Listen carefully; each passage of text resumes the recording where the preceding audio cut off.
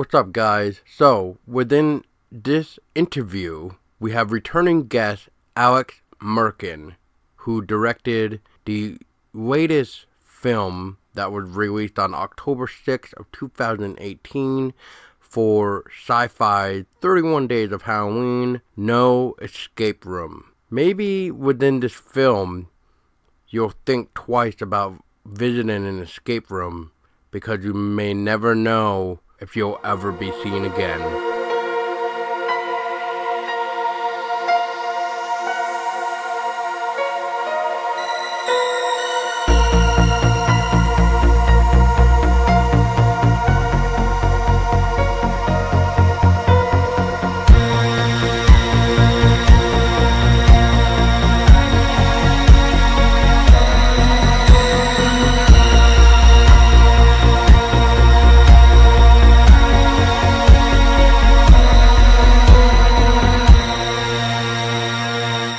How's it going, everybody? This is a new interview of 2019 already. We are fortunate enough to already have 3 this year. Isn't that shocking? And it's already just the beginning of 2019. Tonight is going to be a little bit different. I am Paul Dolsky. For those that know my fiance, Tessa Baker, she is here. Unfortunately, she's recovering from a cold.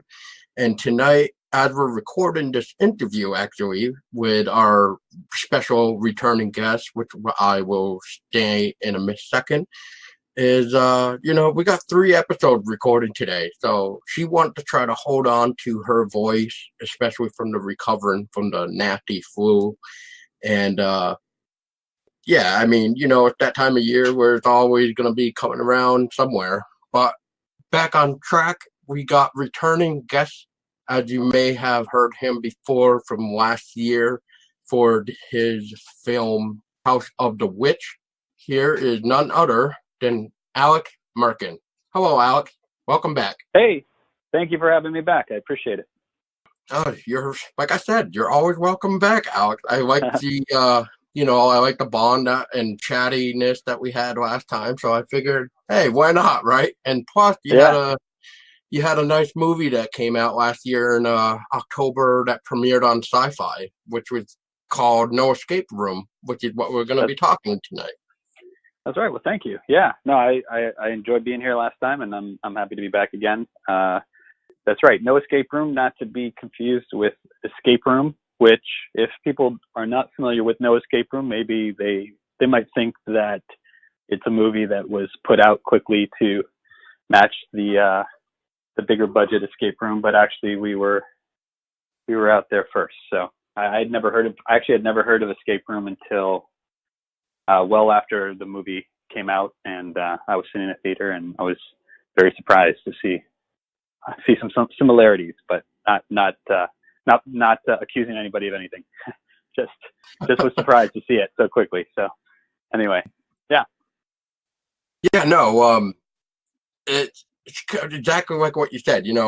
Perfect. That was like perfect to explain, because I was actually going to say, like, this is not the Escape Room that is in theaters as we speak. So completely different. I'm trying to remember. That came out October 7th, somewhere around that. I think October 7th. I think you're right. Yeah, exactly.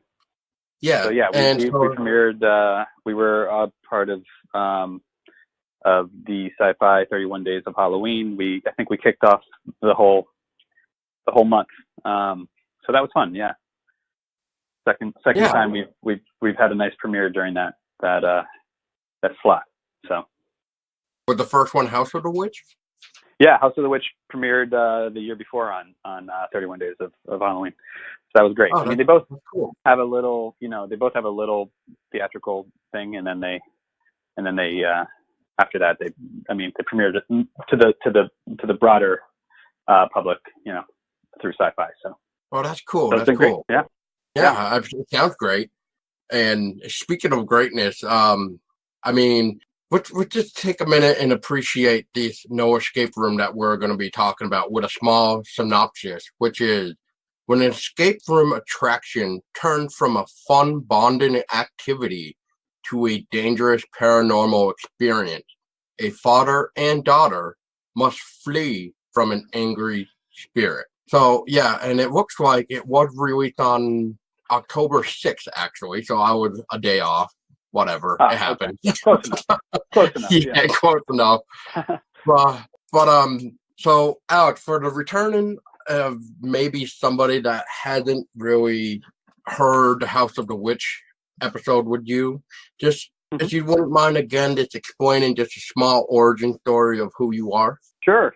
Thanks. Well, I've been making movies for a little while now. I've done eight feature films.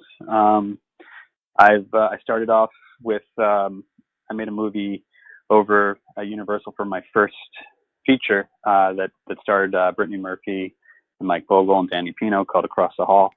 It was sort of a psychological thriller, kind of Hitchcockian style, psychological thriller set in a hotel about a man who tracks his fiance to the hotel and then stakes out the room across the hall from her, and then calls his best friend to basically, he gets a gun and a bottle of booze, and he's in there drinking, and then he's about to go do something crazy and calls his best friend, who's sort of his lifeline, who's his best friend's trying to talk him off the ledge.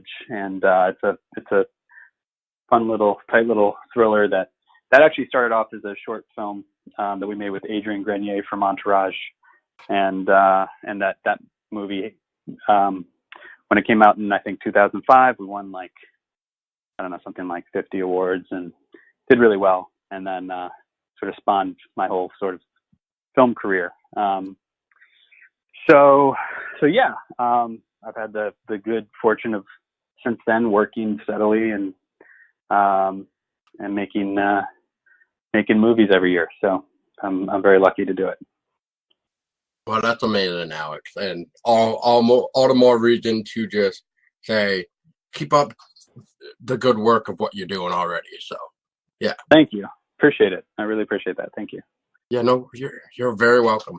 And so let's kick it off, Alex, with the first question here, which for No Escape Room, which is, so how did you and Neil think of No Escape Room, and what inspired you guys to create the Escape Room film? Yeah, actually, I can't take any credit for that.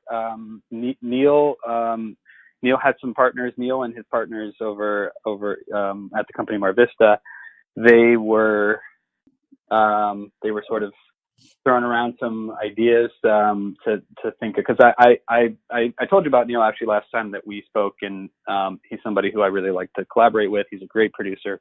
He's an executive over at Mar Vista, and he's just super talented, super creative, super on top of things. He's the kind of producer you want in your corner.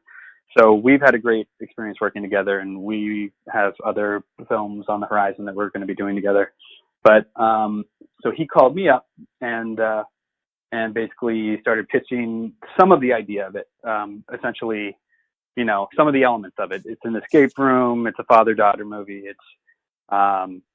It wasn't a lot of detail to it yet. I had to develop it with my writing partner Jesse, and then Jesse also developing it with some of the guys over there to kind of get the whole script in order. But it was at first I wasn't, I was very familiar with escape rooms, but wasn't quite sure what kind of movie this was going to be. And then as we started to, get into the development process, I got really excited about the prospect of some of the ideas that we got to explore in it.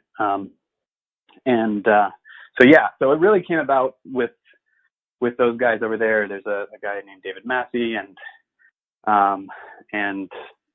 I believe the other guy's name was Nick. I actually don't think I've ever met Nick, but they're all sort of a team over there with Neil, and they had already brought the idea to me and said, "What do you think? Can we go down this path?" And after talking to Jesse and getting excited about some of these ideas, Jesse Middlestat is the writer of the film. He actually wrote Across the Hall that was my first feature, and he's written other films. Like we did a movie called Altitude from Lionsgate that came out in theaters a couple of years ago.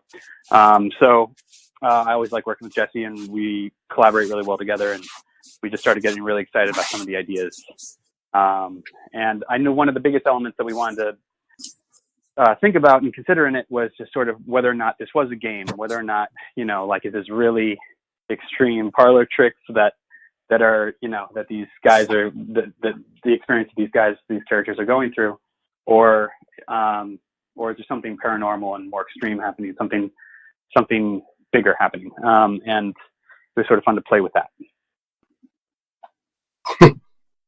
Yeah, that's quite a story right there.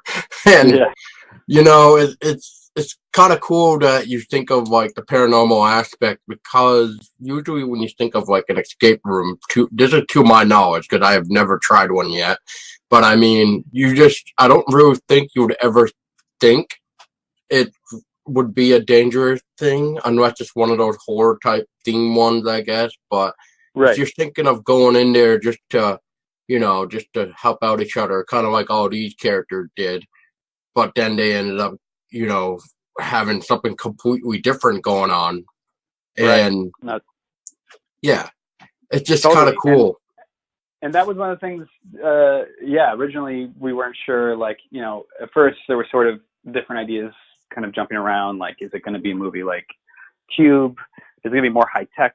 There's always going to be sort of a sci-fi element to it in a way that wasn't just pure horror. There's always going to be some element of it that was, slightly, that had some elements of science fiction in it and thriller, psychological thriller in it. Is it a movie like The Game where you don't know if this is just super extreme, because there's all these super extreme horror experiences out now. That was one of the things we did a lot of research on. For example, I'm sure you're probably familiar with things like McKinney Manor and, things like, what's the other one? I can't think of the other name right now, but Blackout. Blackout's another one. And they're like these extreme horror experiences that you go into and the people can like the McKinney Manor one is super extreme. I mean, that's one where it's practically torture. And people, if you're not familiar with it, you might just want to look it up and see how kind of crazy some of this stuff is. But Blackout's an experience where, like, there's elements of like these guys touching you and throwing you around, and I've heard or read reports of waterboarding and all the super extreme stuff that's like, it's, for me, I'm not that into it, but it's, again, the idea of like how extreme can some of these horror experiences be? Is this a super extreme horror experience, or is this like, or is it something else? And then we started to think about the idea of this house itself kind of being, we were very sort of early on came to the conclusion that we didn't really want to be this high tech, modern sort of, thing going on, which would be a lot more similar to what you might see in Escape Room, the movie that's out now. But we wanted to do something that felt like it had more history to it in the space itself. And so Jesse and I started thinking about the idea that this house, has this history where, it was built around the turn of the century, but there's all this sort of clockwork and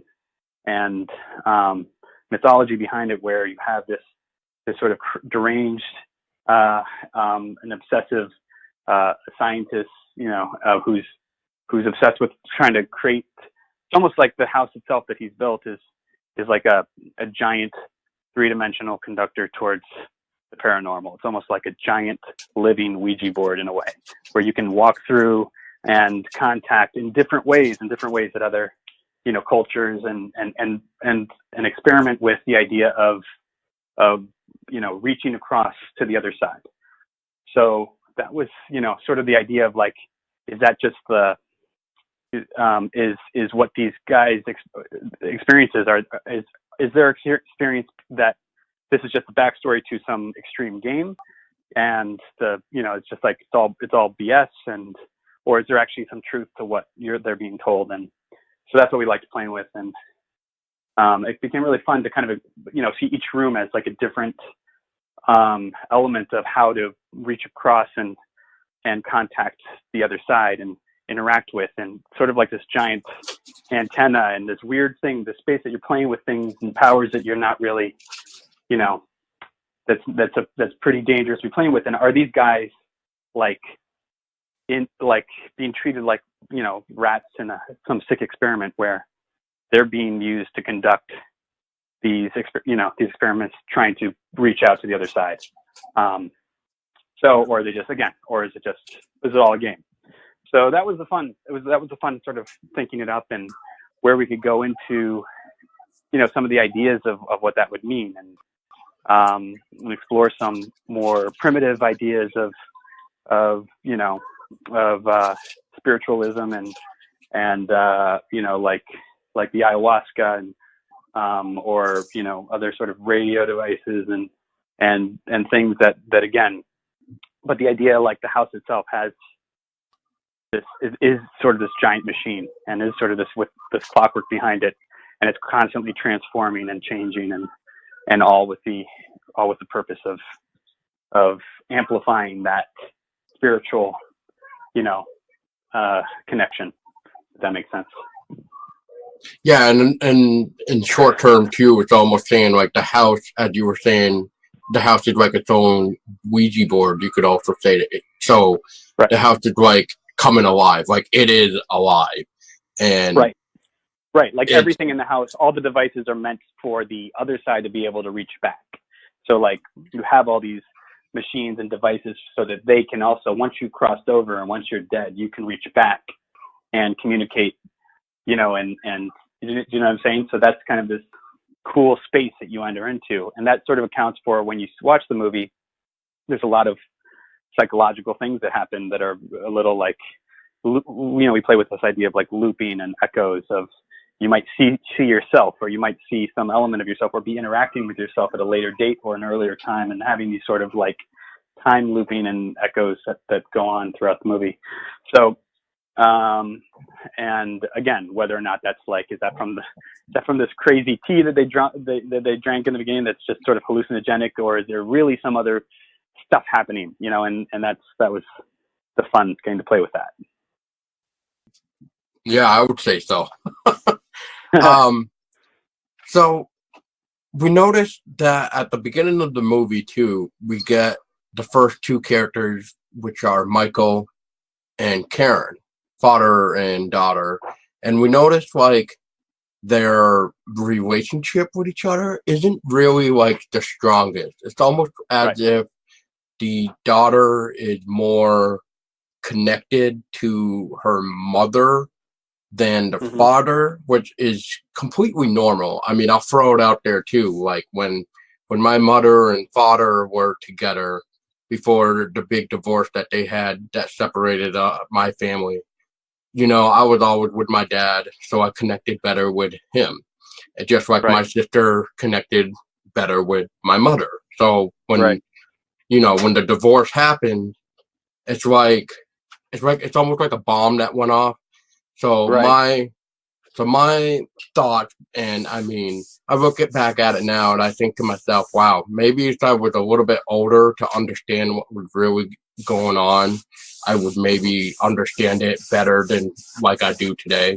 But back when it first happened, I remember looking at my mother pretty much, you know, as this is your fault. Like we're not together as a family anymore because of you, not realizing that it was really my dad who was in need of help and stuff like that. So I guess with this question that I'm trying to figure out too, to understand better, is can you give us any more of a backstory of the relationship between Michael and Karen?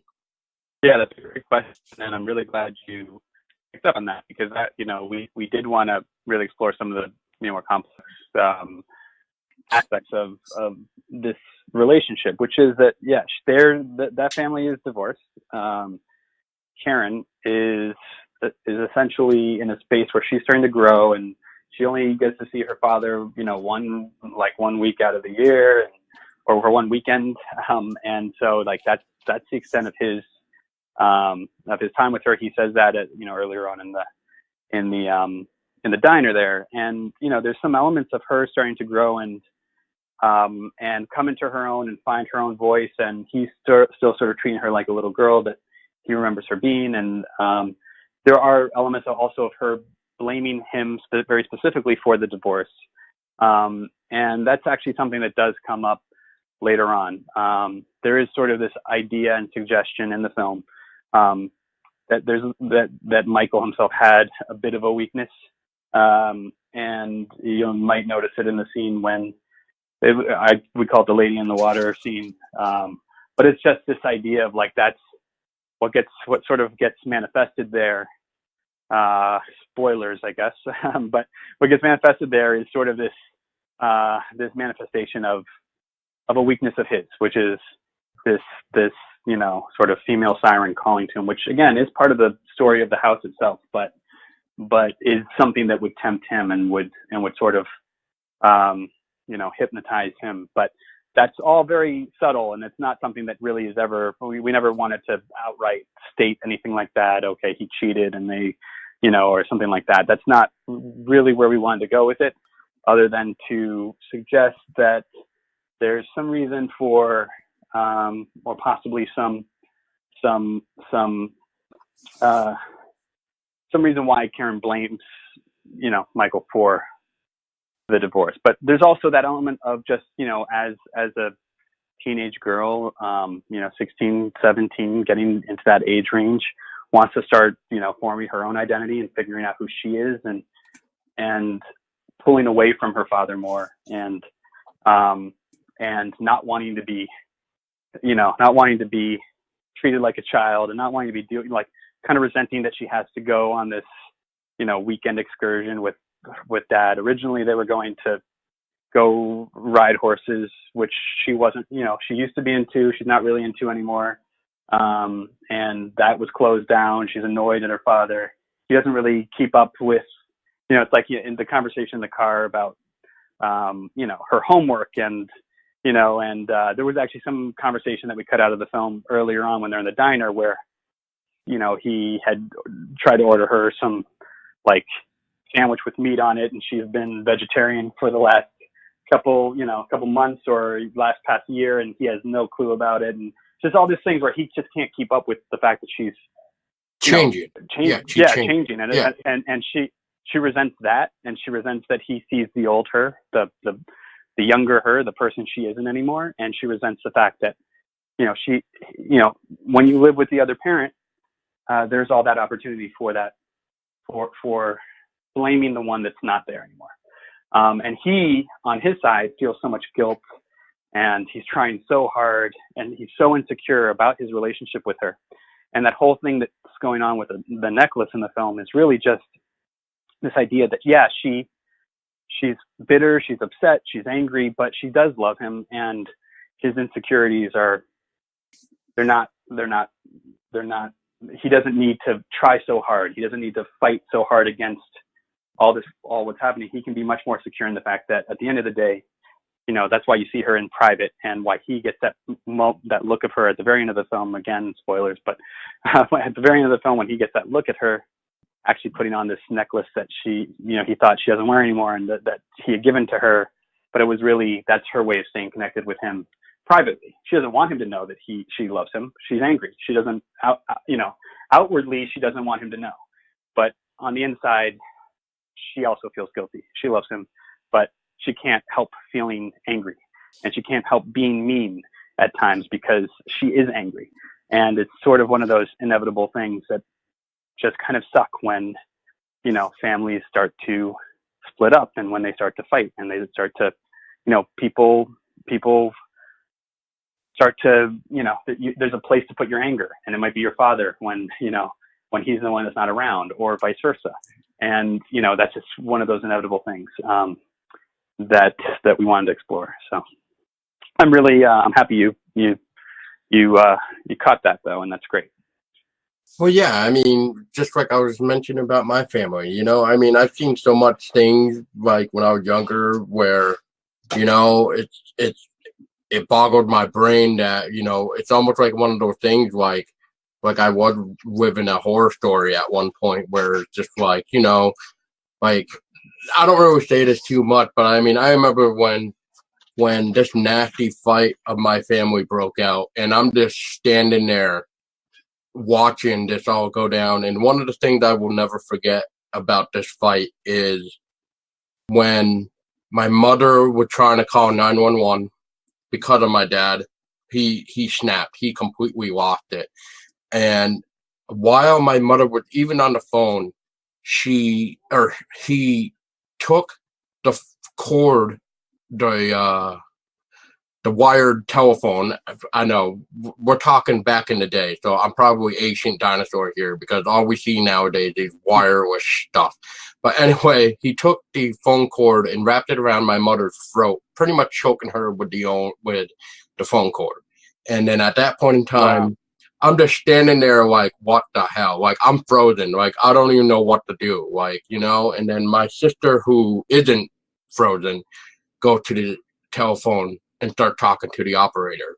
But this whole time, I'm just frozen because, you know, I'm just like absorbing, like, wow, like what is going on? Like, why is my family falling apart? You know, I'm that young. I don't understand what's going on and stuff like that. But yeah, I mean, I noticed that kind of quick because, you know, Karen reminded me of my old self when, like, I'll be in the car or something with my mom just by myself, and, you know, or my mom would try to talk to me about something, and I'd be doing the same thing that Karen's doing, just like ignoring her and just like, yeah, whatever, and everything else. And so, you know, that part kind of hit me a little bit because it's just like, wow, like this, like whoever wrote this part understands what a separation is and what it can do to a kid. And, you know, it's sad because before my father passed away in 2003, it was really sad because he was finally getting his, I guess for lack of phrasing here, but he was finally getting his head in order again. I mean, we're talking about a guy who served Vietnam, who came back, and everybody knows that how the soldiers were treated. They were pretty much treated like shit and everything else. And then on top of that, you got my dad who fought cancer and won it, but the cancer ended up eating half of my dad's brain. And, you know, like those things can just make anybody snap. And I mean, I remember my own mother telling me, like, you know, she remembered waking up during the night and having my father over her with a loaded gun aiming at my mom's head. Why he never pulled the trigger, I don't know. So yeah, I mean, that's why that specific scene catches my attention. Well, I appreciate you sharing the story, and I'm sorry, you know, obviously about your loss and I appreciate that. All of that. That's really heavy, and honestly, I'm you know, not at all happy that you've gone through that experience, but it you know, I'm happy to hear that you connect with, you know, the project in that way, and that's, you know, it means a lot to me that it, you know, that it feels sincere and that it feels honest, because that's what we always want to do. I mean, you have to, you know, with any horror film, with any film in general, it's like if the material itself doesn't resonate with you on some other level, if you can't connect to these characters and their experiences and sort of feel like you can go through this with them, then it's impossible to watch the movie and enjoy the experience, because you never feel tension. You don't care if somebody dies if you don't connect with them, if you don't want them to live on some level. So that's well, exactly. I mean, if you cannot connect to a character or feel bad for somebody, or you want them, or you want to cheer for one, and you just want all of them to die, then, you know, you lost the audience already. So totally right. Exactly. Yeah, completely. But yeah, and you already mentioned this kind of. So let's see if you can elaborate more of it. And I know everybody has asked about it and mentioned it, whether they reviewed it or not. That's actually one reason why I haven't reviewed this film yet, even last year, is because when I first watched this back in October, I was just like taking it all in, like, what the hell did I just watch? Like, is this what's going on here? How is this? Like, you and me talked about it and stuff. Right. But so just to see if I could, like, at least get some ideas of what's going on. But I didn't fully go into it. Yeah. And I appreciate that. I mean, this is, I know that it can definitely frustrate people, a movie like this, because, look, this is, part of the thing is that, like, we wanted to be, I thought it would be very interesting that you have a movie about people trying to solve puzzles and people trying to, piece the clues together. And I thought, in a movie like that, you've got to have clues and puzzles in the film itself that the audience themselves can, that you lay out these things, and the answers are there and they exist, and I promise, like, it's not like just there to drive you crazy. It's there because there are answers to these things, but that they're laid out in a way where you sort of have to try to piece things together. And at the same time, there's elements of it that are like, it doesn't, whether or not you fully get the answer doesn't make a difference to the overall story, like to understand the story. So you don't need to know the answer to understand what's happening in the film or the story itself. But if you want to dive deeper, if you want to go back and watch it and really get into the clues that are laid out and the puzzles that are laid out in the film itself and start to piece it together and figure these things out, that we're not going to, hold your hand through it and treat everybody like children and just like, I have a lot of faith in horror fans and science fiction fans and genre fans in general to really be able to figure these things out, and not need, those scenes where you're sitting there like over explaining every detail of something. Because at the end of the day, like, how many movies have you watched where, yeah, there might be an answer to something and somebody's sitting there and very unnaturally laying out what the answers are, and the answer or the question itself doesn't really matter to what you're watching, and it just takes you out of the film because it's not how people talk.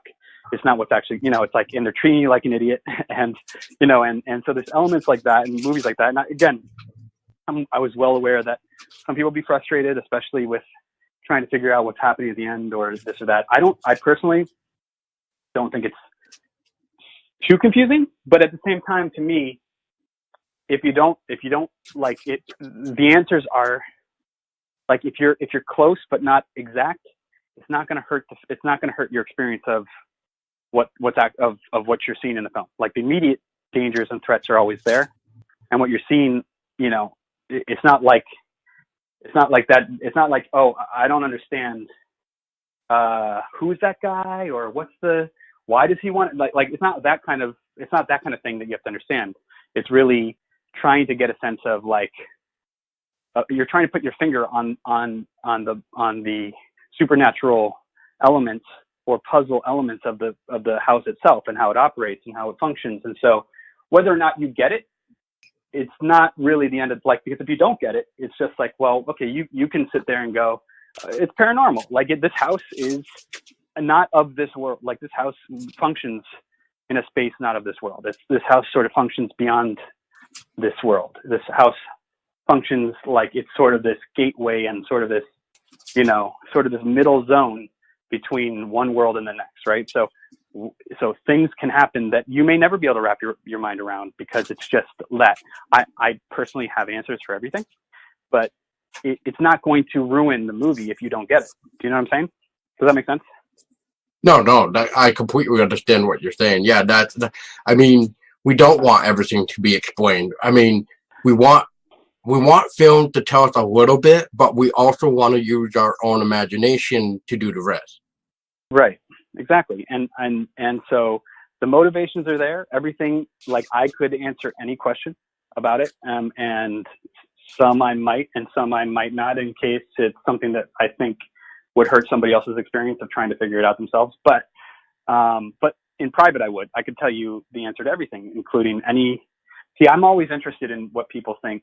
And I always find it interesting how people sort of judge things. And sometimes I think, people tend to forget that they know that they're watching a horror movie, but the characters don't. So there's always this idea that I've always found sometimes that, like, no matter what you do, no matter how perfectly sound your logic is, and no matter how much you've worked through the ideas with the people playing the characters and their thought process and why they're doing something, there's always somebody who's like, well, that's stupid. You shouldn't go down this way towards that or do this or that because you're in a horror movie and you should know that you're in a horror movie. And that makes you dumb if you do it. But that's a very flawed argument because, you know, your character doesn't know. Again, obviously you don't know what you do in these sort of crises. People have been in, you know, crazy situations, especially when you think everything that's happening could be a game and everything that's happening could be like you signed up for this. And even though it looks kind of real and kind of crazy and this looks pretty scary, but you know, you can, how many times when you go to, if you were walking around at, you know, some horror night experience at Universal and you walked into a space that looks super real, you're not going to just suddenly go, I'm in a horror movie and there's a real killer trying to kill me. You would very likely, it's scary and as realistic as it might feel, you'd also still have in the back of your head, I paid, you know, however much money to get into this park and everything they're doing is parlor tricks and you know, meant to scare me. And even though I am scared, I also know it's not real. Do you know what I'm saying? So I always find that kind of interesting, but there's answers for everything. There's answers for everything in the film. And it all makes sense, you know, once you start to piece it all together. But again, I can't, I'm always curious to hear how other people feel. I feel like it's been good. Like I've got a lot of great response from people and I've seen a lot of theories and a lot of them are good and great and correct. And some of them, you know, not as much, but it doesn't matter because I like that people are thinking about it, you know, and wondering what the answers are to some of these questions. So I think that's this is a long answer to say, I think that's a great thing. So. No, that's perfect. But so everybody would mention it, and it's about the steaming tea. And I know you were talking about it. You and I were talking about it. So, right. In a way, I'm trying to think without really saying too much here. Too is between the conversation you and I had is this tea and what you're mentioning with this house of this. It's not normal. It's out of the world. It's like its own Ouija board. Right. So the tea is almost like a oh God, what do I want to call it? Like in a way, it's like a seance tea where you drink this tea, and then now that you drink this specific tea, now you're gonna be one with the house. Is that what I'm catching on to? It's similar to that. I mean, if you look into, you know, shamans and ayahuasca and these sort of hallucinogenics, people don't think, you know, in other cultures, they don't think that what you're seeing is hallucinogenic. They don't think that what you're experiencing is just your brain going crazy, although some people might. But they think that what you're doing is opening up your mind and expanding your mind and seeing more clearly, seeing things that are beyond the reach of, you know, seeing. So the idea would be that if there is this tea, it's sort of, like you said, it's kind of like this primer that, and again, part of the idea was, right, and I'm going to just kind of go back to the whole sort of backstory of what this house is, that you have a scientist, right, in the turn of the century. So he's been sort of like an adventurer. Imagine like the kind of guy that goes out and goes to the Amazon and sees different cultures and then goes all throughout the world. And, you know, he's a very wealthy guy, but he wants to do experiments, and he's lost his family, and he's obsessed with trying. And again, this is all backstory that you don't necessarily need to know. This is just stuff that we've developed and worked through, but he's lost his family. He's obsessed with trying to contact and be able to speak to his family, and he's kind of created this space in order to try to do it. And what he's done is each room and each thing is sort of another way of exploring or doing an experiment on whether or not what you're experiencing is actually truly paranormal. Is it really like reaching through to the other side and connecting and giving them a space to connect back? Or is it just like you're hallucinating and you're and your mind is playing tricks on you. And so in order to do that, he sort of created these devices and gone through all this research to learn how to, in different ways and through different senses, try to bridge the gap between this world and the next world. So what you've got is experimenting with, for example, psychotropic drugs of that nature, plants and things that make you see things, and that make you experience things, or elevate your experience of those things, and trying to understand whether or not, is this just my brain is going crazy because I'm on drugs, or am I like actually expanding my mind? And then again, through these devices, he's doing these experiments. He's done these experiments on people, and all through the guise of playing some game that, they think they're coming to some, dinner party or some game. Again, back in the turn of the century, it wouldn't be an escape room. It would be something else. It would be, some kind of dinner theater, some kind of, some other kind of like, evening game or something. And these people come and they unwittingly, they are signing up for experiments. They are signing up to, be a part of, to let this guy experiment on them and figure out, he's kind of fine tuning his ability to connect to the paranormal. Does that make sense? Mm-hmm. So yeah, with the tea itself, that would be his way of experimenting with those types of psychotropic kind of, plants and elements, and with the devices in the room that followed, it was all trying to sort of flip the switch and see, are they going to see something? Is what they're seeing, is it actually real? Is it really paranormal, or is it just a hallucination? Or some idea that I planted in their head and they're now hallucinating. So that's sort of the big backstory for it. But yes, that's what that tea would essentially be. That would be, again, think of each room that they're going through in this space as being a way to sort of experiment with sort of turn of the century forms of spiritualism and paranormal experience, if that makes sense. Yeah, like you're doing these puzzles to pretty much connect to the other side, and they're also reaching out to contact back, pretty much. Right. I think Exactly right. Right. So you have a room where it's like, this room is meant to heighten the ability to speak with them or hear them, right? And then this room is meant to heighten the ability to see them. The following room might be meant to heighten the ability to, to physically interact with them and have these different kinds of gateways. And you have these different kinds of, experiments and machines. And so that's why you see all those different things. And in his basement, he's got this sort of makeshift mortuary that he's set up to experiment with bodies and do all kinds of horrible stuff that he's doing. So it's a really interesting space, and we put a lot of time and effort into that space. And we had a great art department. We filmed the movie in Canada, in Ottawa, and we had an amazing art department that really, rose to the challenge of everything we needed to do, creating some of these rooms and like we built that, like we've got the library doors the library bookshelves that open up in the doorway and passageways and things like that.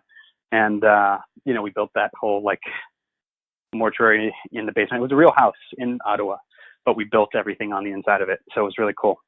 And, that's a great experience too, just because to be able to dive into, again, you're looking into, like the 1900s, like the Thomas Edison time, the kind of experiments and things that were going on. And there's this guy named Edgar Casey who was, sort of into seance and into paranormal experimentation himself and trying to communicate to the other side as well. And so there's elements of that, sort of peppered in throughout the story.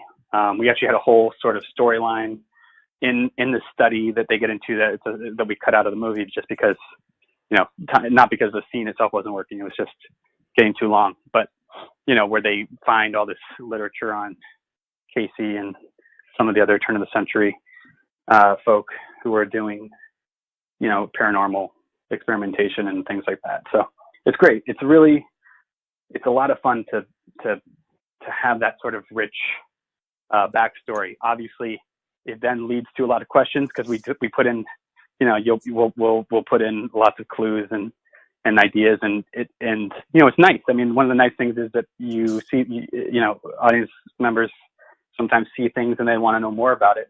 Obviously, it's not part of the A storyline or what's happening in the immediate, so it's kind of like it becomes more like texture and stuff that happens in the background, but it all has that connectivity, if that makes sense. No, totally. That totally makes sense. And that to touch on what you were saying about the room, of how they interact with the room and whether they hear or see them. And as you were talking about with the house owner who, built the house per se, like traveled and explored areas, that kind of goes back to the first room, which I believe it was with Tyler. And and all I'm gonna say so I don't spoil too much of anything, but just to kind of clarify it, what you were talking about with the whole exploring the room and experimenting with people and stuff, and having the whole, the T, whether are you hallucinating, are you not? Is this really an eye opener, or are you really thinking to yourself you're drugged? But that kind of reminds me of the scene with, like I was trying to say, with Tyler within the first room of the mask room, and that's all I'm gonna say. Right. No, that's exactly right. And that room itself is intended to amplify the visions and the sightings that you can see in that space, right? And then the next room, you've got sort of that radio and the telephone, and that's that space. That's the communication way. Yeah, exactly. Yeah. And kind of speak through and amplify that space. That's why you also have that like device where you can touch something and then it sort of it kind of comes right back. That's all part of that device where she's putting her hand on it. That's not her hand that's coming back. You know what I mean? When you see that. Exactly. So, exactly. Things like that. And then up in the room with the projector, in that sort of attic looking space, you've got all these sort of gateway doors, and that fabric is sort of that's around is not just like randomly laid around there. It's actually there to amplify the ability for physically reaching through, right? So if you can reach through this fabric and they can see your hand, they can't necessarily see your body, but it happens the other way too, that they can sort of, reach back, and that you've got these sort of gateway, if you see those kind of door frames everywhere, and sort of all the other elements of the house are kind of tied together. When you see that space, you can kind of see, the clockwork, and you can see the gears, and you can see, just lots of elements of like the masks. You can see masks on the wall in the background if you look closely, and some of these other, you can sort of see all these different things that are tied in throughout the entire house, which is kind of cool if you pay attention. So yeah, I want to say I paid attention enough, but I mean definitely. It's really, it's a lot of stuff, so I understand why it's hard to miss it. Well, that's what I was going to say. Watching it a second time actually helped a lot, because even though I remembered some of the parts of the movie, but then this time I'm just like, okay, now I'm catching on to this. And, it helps. It helps. That's the problem with some horror fans too. They watch a movie once and that's how they judge it, instead of going back the second time and really paying it. Well, what do they call it? They say the first time is like entertainment. The second time is to like, look for things that you didn't maybe spot the first time. Right, so, it's true. And it's funny, I totally agree with that. I find sometimes that movies that I tend to like the most, I might not like as much the first time I watch it, because it's not made just to sit back and for that entertainment purpose. It's kind of made for more things than that. And so you watch it the first time and you're kind of confused by certain things and your experiences, like whatever. And then you watch it again, you start to see new things. You start to get excited about it. And you start to see some of the craftsmanship and the ideas that are behind it, which you might have missed the first time around. And then a lot of times there are movies where you think you like it a lot the first time you watch it, and you go back and watch it again, and you're like, that's all it was. It was just there wasn't much more to it than what was there. And it's kind of like, it's fun to sort of see the difference in that. And I definitely feel like this movie was, it was designed to have, again, I certainly don't want people not to enjoy watching it the first time. I just think that there's a lot more you'll catch if you watch it more than once. No, exactly. So you have that replayability. Yes, exactly. And and speaking of like the different type of rooms and experiments and stuff. So touching on that is, how did you guys think of the concept for these, like, lack of better word, in like the riddle games? Because it almost seems like a riddle, because like, especially in the first room, you had to listen to the record player in order to really understand the first room, per se. Right. Yeah. Well, we did a lot of research, and we kind of started to analyze. We wanted it to be something that would play in two different ways, right? So Right. This could play as a puzzle, as just an interesting puzzle with a backstory for an actual escape room, or these also, and at the same time, each thing that has a puzzle, we wanted it also to have this sort of element of having an experimental sort of there's some action that is part of an experiment, that some part that like learning this thing and doing this thing can be unleashing something, or could let you know that you're hearing something maybe that's not there, so you've actually heard the proper thing, right? Maybe that maybe if you hadn't tried that tea, you wouldn't necessarily hear the same thing that they're hearing when they're, what I'm saying? There's that kind of element to it where it's there, but if they're not connected, again, you can start to see, oh yeah, it's working because they were able to do that. So there's that element of that. See what I'm saying? And so we did a lot of research. We did escape rooms ourselves. And because again, we wanted to play in that world as well. We want to enjoy that. I mean, that's part of the fun of watching a movie like this, is experiencing the escape room. So we did a lot of research, and yeah, I mean, there's some crazy puzzles out there. I mean, we wanted to base everything in some way or another on something that could have happened in one of these spaces that we tried ourselves. And actually the production designer, who is also one of the producers on the film, up in Canada, designs escape rooms, in Canada, which is great, and has done several of them. And so we got to do a lot of practical effects. So there are things that, like, all the things that open, or like the gears that come out of water and things like that. That's all practical effects, and it's really cool to kind of be able to design that stuff and see it come to life in front of your face. So yeah. Wow. I hope that answered it. Did that answer? No, yeah, that's I think more than enough. But you're right. If you're gonna make something based on a specific thing, you might as well do it yourself. And on top of that, you might want to research whatever you're trying to focus on too, because researching and doing the event or whatever you're trying to do really does, you experience it. So now you get that idea of, okay, now I can go into it because now I have a better understanding of what an escape room feels like, versus trying to write it and not know a damn thing about it. Right. No, totally. Yeah, you can't.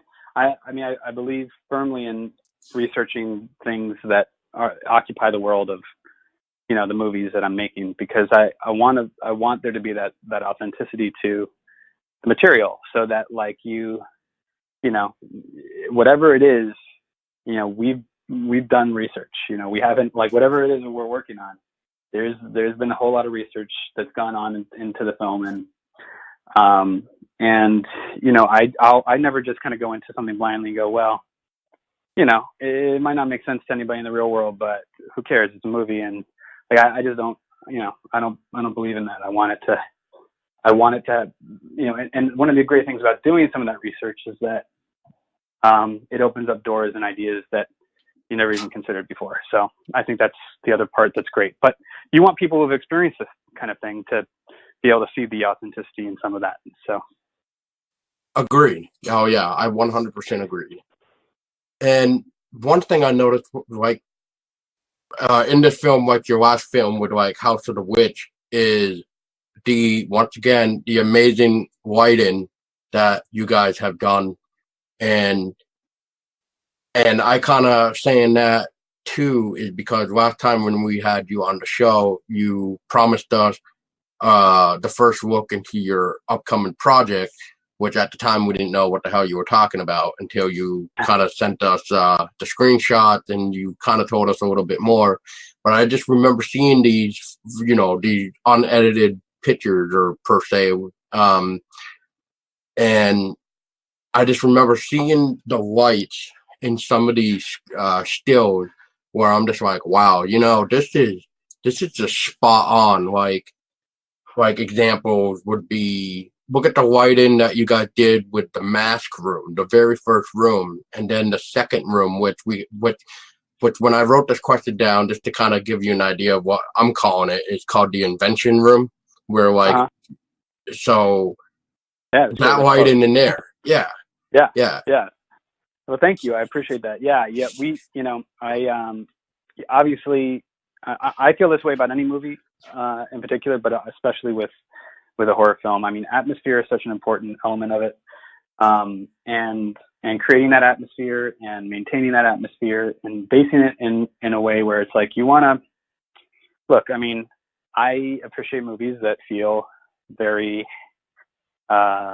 you know, very organic and natural and real. Right. Yeah. But at the same time, I also really, you know, I also love feeling that there's a production value to a film that I'm watching, and that there's some craftsmanship and that there's some design behind, you know, what's happening. And, you know, it's not like we want anything to feel over the top or too, you know, but it's like, it's just kind of like creating the art within the space. You kind of create the atmosphere, and then you know, and you look at the room and you look at the space, and how do you sort of amplify that atmosphere and make, you know, it's just sort of another tool to bring out the experience for the viewer, so that you can, you know, you can experience this film on a more three-dimensional level, on a level that's, you know, that's not just like, we just picked up a camera and shot it. You know, like it's just adding that sort of craftsmanship, but also like really heavily diving into the atmosphere, because again, that space that you're in the movie, when you're spending this amount of time in it, whatever the place is, you want it to have that extra little bit of something, you know. And for sure, and I'm really appreciate that you noticed it. And if you look closely, you'll actually notice that there's some very interesting things that happen with color throughout the movie, and especially towards the end. I won't say too much, but when they're sort of coming out of the diner and that whole thing. But it's very subtle, but it's very specific and intended to alter a little bit what you're seeing and what you're thinking about. It's almost like at the very end of the movie, it's actually the most color you see in the movie. In terms of feeling a little brighter, feeling a little less gray, you know, like overcast day kind of feeling. It's just a little bit touch more hope, a little more color, and all that's very, very intentional. Like none of that's by mistake. And each room itself, making it feel unique, and so that you can kind of almost feel the air when you're inside of it, and you know from one room to the next how different the space is. You know what I mean? Physically, how different it is. So you kind of feel that with your eyes, and that's again part of the idea. So I'm really glad you picked up on that as well. So thank you for the. Well, yeah, I mean, Well, one thing kind of, even though House of the Witch was the very first film I've seen of your work, and that's why I reached out to you to begin with. But that's one thing I look at. I mean, look at like Ridley Scott for an example. Look at the world that he has created for his movies, and Right. you look at all that, you look at all the lighting, you look at everything, and then that's usually like all the cool things that people kind of forget to Right. really shine on, or do I want to say shine on, or really should I say like they should notice when watching a film? Because kind of like that one other scene where, or two other scenes where like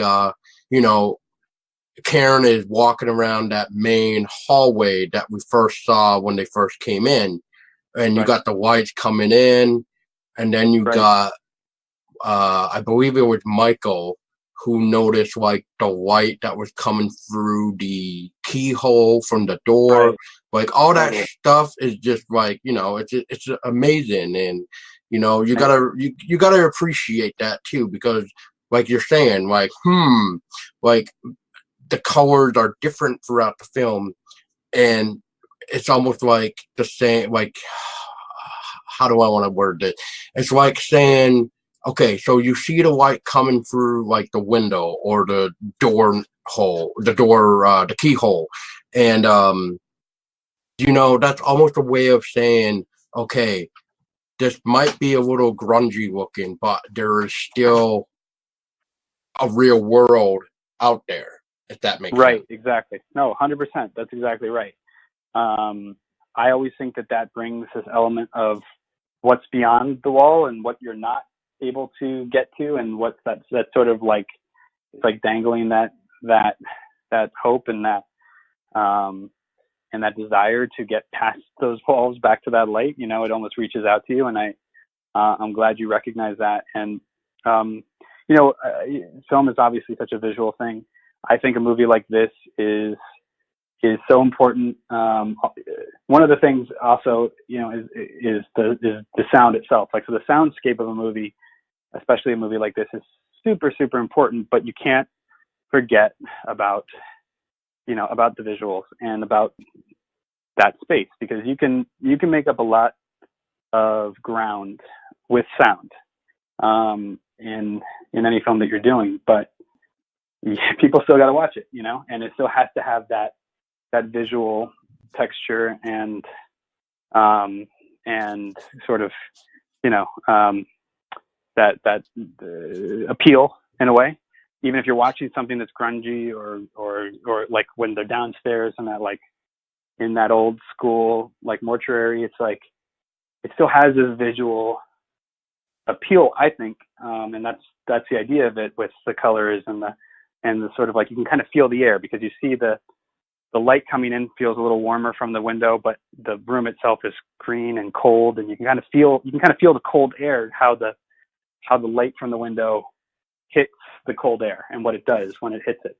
So, and kind of goes from this like sort of warmer, orangish sort of hue coming from the window into this sort of bluish green cold space. And you feel that sort of atmosphere. But yeah, so I thought that's just an important thing to me whenever I go into any film. It's like every element is so important. I mean, I care about the music, I care about the sound, I care about the visuals, I care about the acting, in the film, and those story elements. So it's just putting all that stuff together. It's just, it's like, how do you approach each thing to kind of bring it all together and make this more enriched experience for the viewer. So thank you for for that comment. Yeah. Yeah, no problem. I mean, I think that's one thing that really sticks out in the movie is the lighting. Seriously, I mean, I mean, there's not one. Well, I guess the invention room is good lighting, but I guess with the way lighting is coming out, I guess you could say the invention room is probably the weakest one, really, when it comes to the light coming in versus the light that is lighting up the room per se, which makes and but that room itself is meant to feel, the most enclosed, and oh yeah, have exactly. like and it has like, you know, all this like candlelight. So everything in that room is like lit. That's why it has all these like, you know, sort of warm things coming from this candle space, you know. And I think that's such a you feel more enclosed, you know, you feel more trapped, and that's the idea of not having, you know, the sort of beams and outside light sort of escaping or entering the room. So, and then the other cool thing, again, kind of going back to what I just said, is if you I don't know, maybe it's hard to tell. Sometimes it depends on the speaker or how loud you're listening, but put a lot of work into the sound as well. And you'll constantly hear things that are not necessarily on camera or that are happening behind the walls, and you hear the house shifting around, you hear it changing, you hear, like when someone's about to go through a door, you might hear some of the gears moving, and like I said, you get glimpses of this sort of clockwork between the walls and throughout the house, but you also hear it a lot. So when you're in that sort of when you're environment, you really kind of feel transported there. It really depends on, you know, again, your speaker system or how you're listening to it or whatever it is, but it's very much there. It's like you can just sort of hear these things shifting and changing, and you don't really it's sort of suggested that like the house around you is transforming constantly. It's almost alive with this clockwork machinery that's constantly, you know, you get a glimpse of it in the very beginning, you get glimpses of it throughout the film, but it's like all this, like if you peel back the layers behind the walls of this house, you're going to see a very intricate and old-fashioned machine that, again, is all part of this like transformative experience for the person inside that space, and again, all with the intention of amplifying that connection to the other world. Yeah, exactly. I mean, I don't know what else I can really say to that. I mean, that's spot on.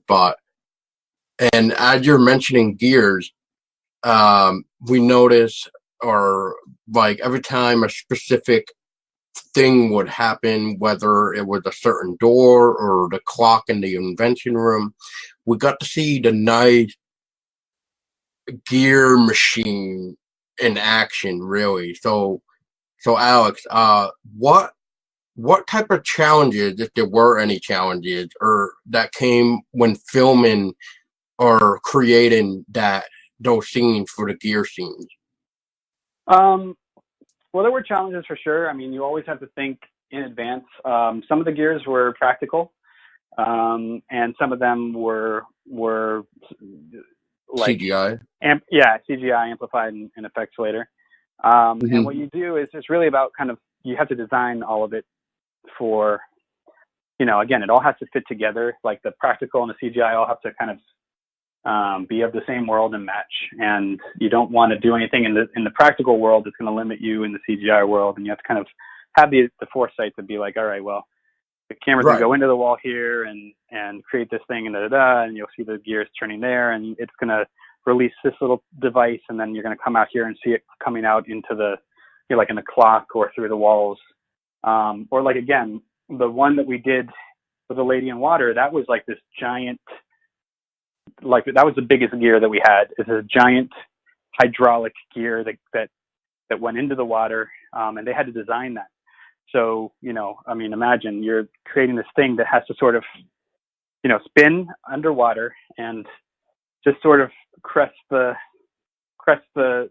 water and sort of look like a, you know, like spin, just breaking the surface, and all that's, you know, that's machinery. That's actual real like hydraulic stuff that you might see at, like, I don't know, if you go to Disney World or something, you're going to see, like, you know, in the water, there's all these things that kind of pop up out of the water, but that's a challenge, obviously, and that's, you know,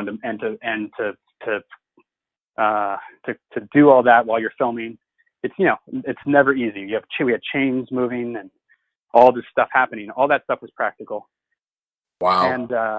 And so yeah, that itself is really, you know, a complex sort of, you know, like orchestration of different crew members and things happening all at the same time. But we had such a great crew. and such a great, team art department that like they totally rose to the challenge. So it's great. I mean, for me, it's amazing when you write something into a film with an idea and you actually get to physically see it come to life. Not like, okay, when the CGI is done, we'll get to see it. But no, when you actually are on set and you can see it happening and these things, it's just such a cool, I mean, I can't even. Yeah, exactly. There's no explain word. how cool that is, but yeah, exactly. So. Yeah, exactly. And, I think that's probably one of the cool things about No Escape Room is those gear scenes, because of how awesome looking they are, especially like you're calling the lady in the water. And you just, I mean, you got to appreciate it. I mean, and especially hearing practical effects, that's just amazing. Like, and nowadays it just seems like practical effects is becoming less per se. Depends on and it depends on the film. I will at least say that, because it really depends on what the film is, because sometimes practical effects does not do justice for a certain scene. Like, I know somebody was talking about in the new Predator movie, they were trying to make it practical, but since that specific type of camera work and everything else was not going to work with a practical suit, that would be the only time they would have to go in and actually use CGI, which I can understand that. If it become too difficult to film, then I guess CGI is going to have to be the only solution to make that scene come to life. Right. Yeah, I agree with that. And, again, I mean, nothing against CGI. I just think what happens is CGI There's too is much sort of it. like, yeah, too much of it. It's sort of like the icing on the cake, but people start making the cake with the icing itself, and then there's no cake left. It's like exactly. they start to just like rely on it so heavily, and it really, it's like when the CGI shot is done, you shouldn't really be able to tell that it's CGI. But how often can you? You can. It's like so many times. It's like, well, you couldn't have shot that shot at all with the camera doing this or that or things like. It should always be made to look real on some level and trick your eye into seeing something that's extraordinary. And I think that's my philosophy on it. Obviously, different people and different tastes and different styles of filmmaking. But I personally think CGI should be the icing on the cake, and it shouldn't be there to completely take you away from it. Yeah. Right. Or to completely lean on. You shouldn't be taken out of the movie and going, oh, CGI, that's CGI.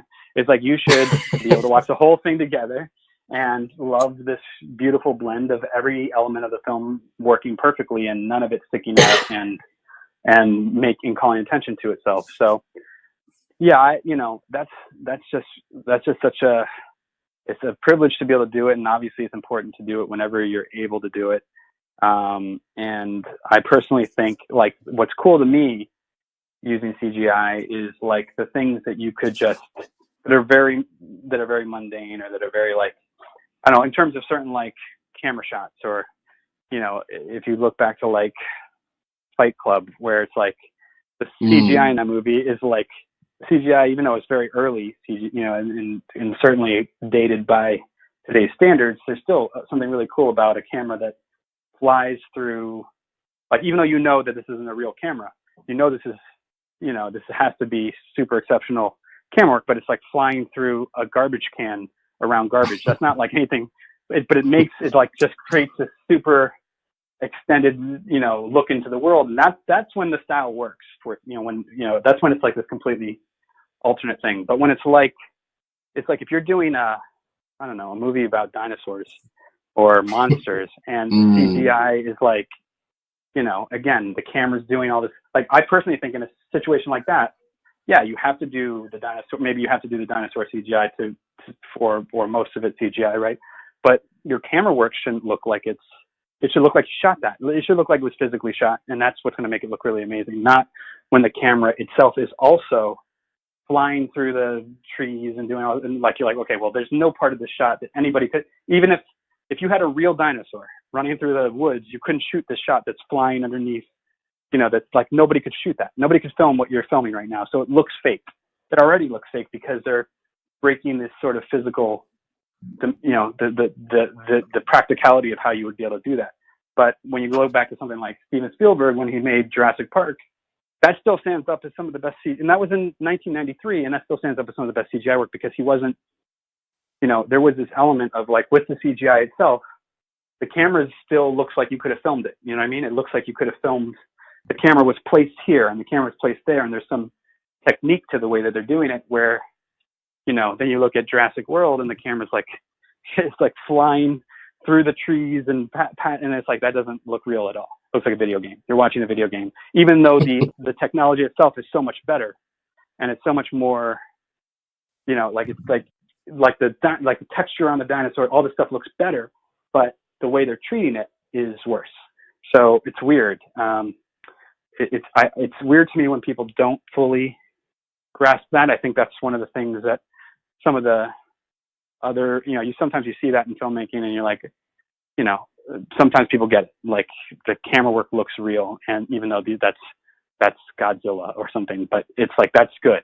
But if it's,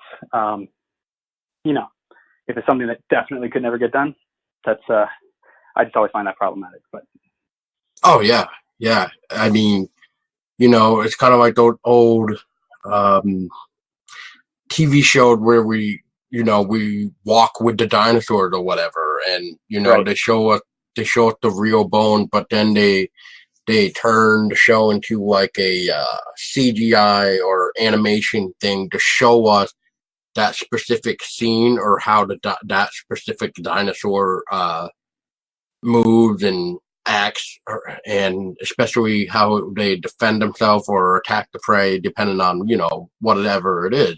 But yeah, that's the only time you should actually do it, or right. per se. Totally. Yes. Totally. Yeah, totally agree. And to touch on what you were talking about earlier about the location of the house that you were talking about. So this one is, how did finding this specific location come by? And especially, looking around to find that one house that makes you go, this is the one. Yeah, that's actually a really good question, because we knew we were going to film in Canada. The company is making with, they had already we weighed the best production places for this particular project and the teams that would be involved. And we really liked,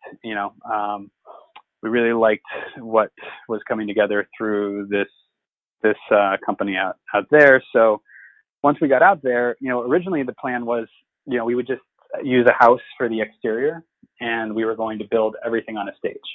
And that can be fun, but it also, there's texture that you can't get on a stage, no matter what your budget is. I can almost always spot a sound stage in a movie. Sometimes there's some really great stages and great work that goes into it, but you get to put your resources into other things. We walked into that house, and starting to look around again, it wasn't even like the producer who was taking us there, because we were location scouting various houses. They didn't even think that this was at the top of the list of houses we might end up using. But as soon as we walked into it and we started to look around and see, sort of the bones of the space and what we could do with it, and a plan started to come together, and I was kind of walking around the house with the production designer, and it looked amazing from the moment we walked in there. And actually, that particular house had kind of a creepy backstory to it, because the original owner of that house had been killed there. And there was sort of a weird vibe with that. But outside of that, it had this really old, beautiful old turn of the century feel to it. It had this feel of this sort of Victorian era house. It looked amazing on the outside, but the inside still felt like you could feel that time frame, in the space. There were some modern parts of the house that we didn't use or film, but as we walked around it, we were like, okay, so this would be, the landing space, and this would be sort of the tea room, and then this would be like the mask room over here, and we would build this, and this, and we would build these walls here. And actually, we used one room as two different spaces. We just built different walls inside of it, so that So the wall, part of the reason why that room also feels so enclosed and dark is that actual the room that you're calling the invention room. Right. That room is actually the same space as the land. It's like sort of like the landing room when they first walk in. That original hallway where all that light's coming through. Believe it or not, that's the exact same room. And we just built walls and wallpapered the walls and painted it and did all that stuff inside of that space to be able to use that room for two different parts of the house. But it's really great to actually have a physical space like that and walk around to the various parts of it, of your set, and feel like you're fully engrossed in this atmosphere. And like I remember when people would see the in the basement when we created that mortuary, it's like when people would see that, they would get so freaked. It was like such a cool looking space. And then that actual stream that we filmed in was really outside of the house. And actually that whole Lady in Water scene, when we first scouted the house, wasn't even in the script. And it was part of some ideas that we had already been kind of kicking around. But once we saw this, the stream and how everything was going to work out, then we sort of put it all together and put the scene together specifically to kind of fit with the real place that we were filming in. So that's one of the ways in which it can actually alter or enrich the film, because that's one of my favorite scenes in the movie, and it wasn't even in the original script. And we sort of started to think about how we could expand some of the machinery and clockwork of this house and see how it's sort of, it's spread out so far that it's like you can't even tell how far out this goes, and whether or not you could ever get off this space. You know what I mean? Outside of this house, like you could even when you're outside of the walls of the house, you're still sort of trapped in this place. So I want that just you don't ever want to leave. Dun, dun, dun. Yeah, exactly. And that's really funny that you started talking about that scene, because one of the things that's also going on with that Lady in the Water is that weird sort of twist time method thing, which is like that the Lady in the Water scene where, right. Not to say too much either, but I know it's also in the trailer, so I'm trying to keep it to like the trailer of what we see to versus not saying too much. And Right. I guess the way I'm trying to figure out to word this is, so we see Michael upstairs and he notices there's like muddy tracks, and he goes up, and that's where the Lady in the Water scene comes into play. And then, right. After that, we get that other thing that happens, which is all I'm going to say. So I guess what this question is, can you at least give us a little idea of this weird reversing time message thing that's going on? It seems, because totally, like I said, totally. Yeah. No, that's a good way of not spoiling too much and sort of putting it out there. Yeah, we wanted to have obviously this idea of, again, you're in this sort of space outside the norm of what's, I guess you would call it paranormal, right? Because it's not normal. So you're in a space now that is conducting and doing and allowing you to reach back in time and reach back. So again, once you're dead, right? If someone's dead and they're going to communicate with the past, they have to be able to reach back in. It's not like someone current, like you have to be able to, you have to be able to, time in that realm, again, not that we know for a fact, but very likely doesn't exist in the way that we understand it. Right. And so the idea would be that you're playing with this sort of interdimensional elements where you can communicate with people that have been dead for a long time, or that that roam these halls in 80 years ago, or maybe when you die you can be communicating with yourself in the past. So there's these ideas of actual like looping and echoes, and we kind of wanted to separate what that meant. Like there's this looping where there's sort of interactivity with, like you can interact with yourself in a different time, and you're like, because you're in this weird conductor of that's messing with time and space and all these other things. Like it's this very odd physical space that's creating these very weird, side effects to some of these experiments that are happening and some of these gateways and things like that. So what it is this sort of interconnected, like looping where you are actually setting off a series of events that end up affecting you. Like your later self might interact with your previous self and set off a series of events that almost suggests that this is always, you're almost caught in this like constant loop of, in this sort of constant, recycling of things, because you've like his own tracks. I don't want to, again, I guess this would be me saying spoilers again if you haven't watched it, but your own tracks are leading you to something that you haven't even created them yet, but that sets in motion, like you're creating the tracks that you're eventually going to find, and it's like this loop that's going to keep happening. It's the same thing that happens like when Melanie is talking to herself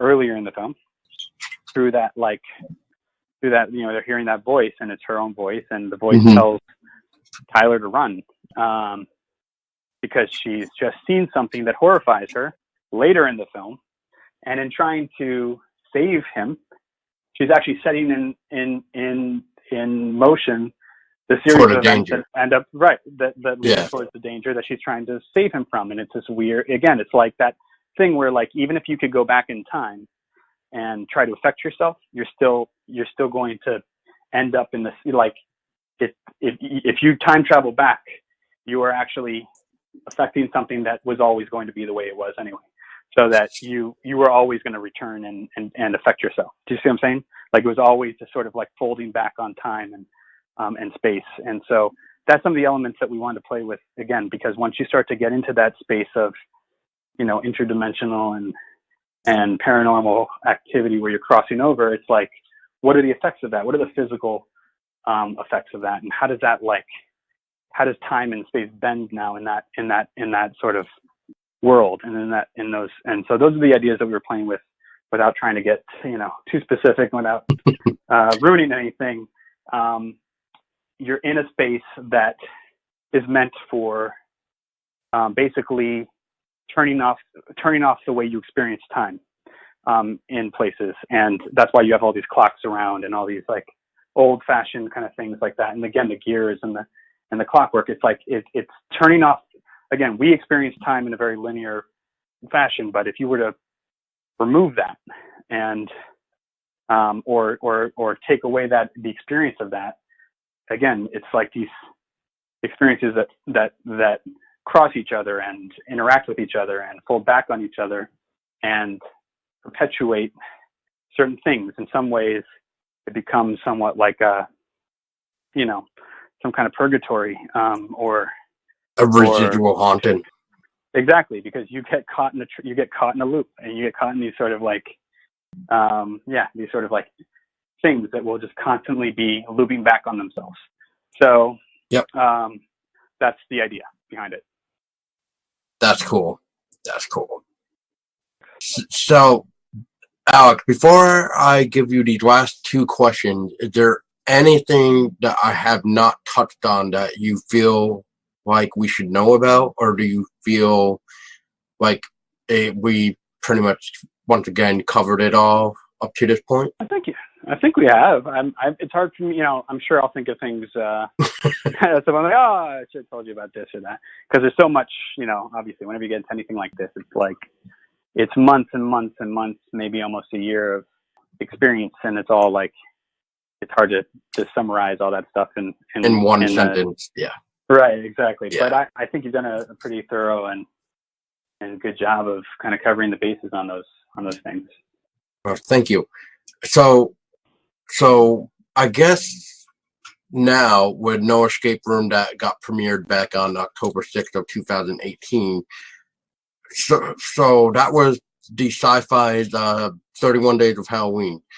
Now, I know with like House of the Witch came out on DVD. Is there any plan for No Escape Room to get its own release, or is it kind of like a Sci-Fi exclusive? Oh no, yeah, it is. It is getting some release. I think it's already been released on iTunes, so it can be purchased on iTunes and I think Amazon Prime and some of those venues like that. So I know that it's available there. I don't know if the physical DVD is being released or not. I think it is, but I'm pretty sure. Actually, I am sure that it was released on iTunes at the end of last year after premiered at some point on Sci-Fi. So it is available to be watched or downloaded through that. Sweet, can't wait. Yeah. And so Alex, here's your final question. And once again, before I give it to you, once again, thank you so much for your time. It's an honor to have you back on, and you've pretty much have so much information to tell that I'm just sitting here going, like, Jesus, like, there's a lot of information here. So I can't wait to actually go back and re-listen to really absorb more of what you said, to really get a better understanding of this movie. Like, I got a better understanding now, but I feel like as I go back and listen to this once it is up, which hopefully it's soon. Like I mentioned earlier, we got as we're recording this is 1 out of 3 episodes that are being recorded today on January 12th, just to throw it out there. And it's just great to be able to interact with someone like you who is willing to share information and not really give it all up front, but you give explanations of, well, maybe if you look at it like this, maybe if we look at this specific film and then think of this, like, you have a great way of telling. This is going to sound weird, but I don't really know anything else to really mention it, but it's almost like you're telling a story, and that story is coming to life as we're talking, if that makes sense. That's awesome. Well, I appreciate that. Thank you. It does make sense, and I appreciate that's a nice compliment, and I definitely, again, my hope is to help enrich anybody who's listening, their experience of that they can bring to watching it or rewatching the movie, or just having that extra bit of information help you. Yeah, totally. Yeah. So thank you. No, you're very welcome. And for your last question is, so what can we see from you in 2019? I've got a couple of very fun projects coming up. One of them is in the sort of thriller, sort of I hesitate to say slasher space because it's not really, but it's in the world. I'll say that it's going to be different, but it's should be pretty fun. And then I've got another one that's towards the end of the year that I'm very excited about. There's actually a whole slate of projects. I'm just sort of highlighting 2 of them. But that one is a bigger film that I'm really excited about, and it's I guess what I would say about that is, because I don't want to say too much yet, I'm not really supposed to, but it's another take on a genre that I think people are pretty familiar with the genre, but this is a whole new look at it, and a different sort of approach to it that's going to be really, really cool experience to see a movie like this set in an era and genre that people know really well, but told in a different way and from a unique sort of perspective and intimate sort of telling of it. So I think it'll be really fun, and I definitely know you'll enjoy that movie as well. I'll just say that. But I'll definitely keep you. I'll keep you in the loop about it. And yes, please. Yeah.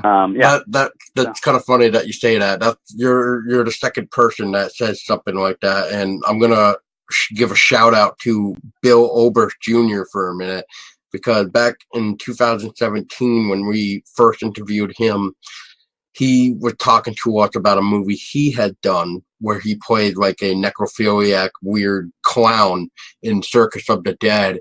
And by near the end of the episode of just talking to us, and he mentioned in Circus of the Dead maybe 3 or 4 times, but at one specific time he just goes, "You know what? I'm gonna say it again. Circus of the Dead. I can already tell you and Tessa are gonna love Circus of the Dead." So, and you know what? He was 100% right. Me and Tessa went into the movie, and at the end of the movie, we're just like, "Oh my god, this was amazing!" So That's awesome. yeah. So I can't wait. And well, great. I can't wait to share it with you. Yeah, and and I'll say it again, Alex, and you probably already know this anyway, but for those listening too, like, you're always welcome back onto the show anytime, even if you just want to come hang out with us and give your own opinions about certain movies that we may be talking about. Just to have like somebody like yourself to put in a maybe like a more professional storytelling detail of an opinion, because it's always cool to get other people's opinions. And if there's ever anything that we may be going to be recording in the near future that you're just like, "Oh man, I love this movie so much, can I come on and chat with you guys for it?" Just give us a shout. We'll gladly put you on, and we'll have a good fun old time. Like, we got a lot of episodes that after this I'll send you an idea of what to come for this podcast in 2019 myself. And for those listening, we got quite a few anniversaries this year for some interesting films, especially I'm going to say one right now, because just to kind of give you an idea, but in June, I believe, there's going to be 2 films. One I'm really shocked on of how old it is. I don't know. I think it was because of me listening to an older episode and I heard the name of the film.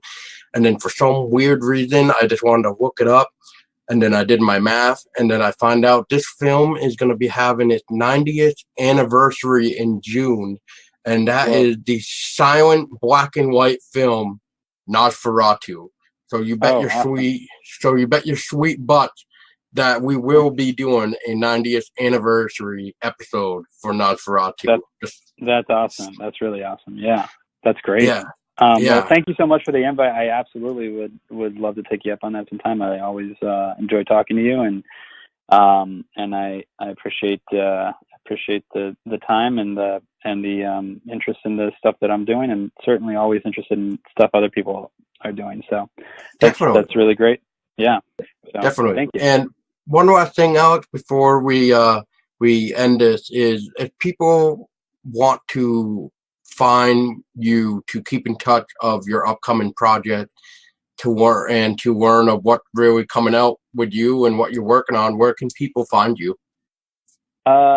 They can always obviously find me on the social media stuff. I don't really post anything unless I'm actually unless I'm working. So I don't like to oversaturate stuff out there. But I'm on Instagram. It's Alex_Merkin, and on Twitter it's just at Alex Merkin. So those are two ways. I think Instagram I'm probably a little more active on when I'm working. So that would certainly be a way to see what's happening. Or when I'm on set, I like to, I tend to post little things from set, or just keep people kind of intrigued about stuff that's going on.